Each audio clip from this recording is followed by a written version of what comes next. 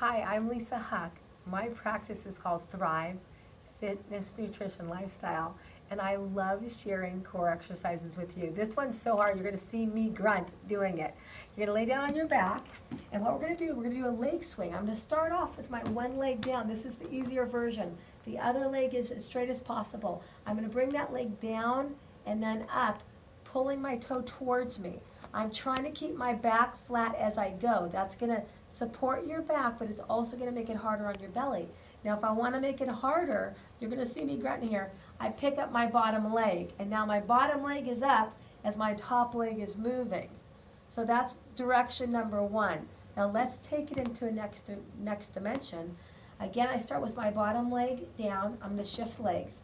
And now this leg is going to go ahead and go right and left. My toes are pointed up. Don't let your toes point out, because it changes what you're doing at the hip. So that toe is pointed up. Now to make it harder, I'm going to lift that bottom leg. Try and keep your spine down. This is hard for me. Okay, now the third dimension, I'm going to switch legs again. That leg is down, this leg is up. I'm trying to keep my legs straight, pull my toes down. I'm going to go laterally and laterally. So it's creating a rotation through the spine. This is so great. Arms are out wide.